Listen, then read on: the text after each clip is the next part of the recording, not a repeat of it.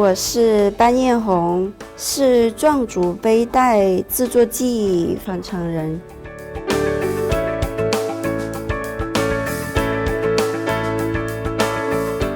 从小就是受妈妈的影响，因为我妈妈是做服装的，从小也跟妈妈学刺绣，也穿妈妈做的服装。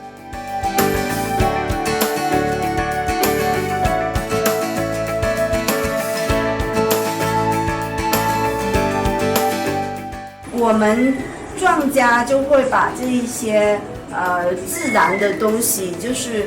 花花草草啊，还有这一些东西绣在那个衣服上，就是把我们对美好生活的向往啊，这些东西都绣在我们平时穿的衣服上。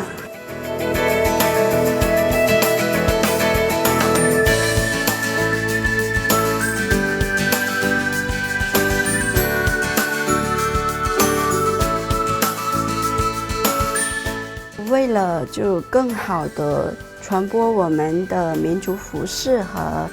刺绣，我也在那个短视频平台上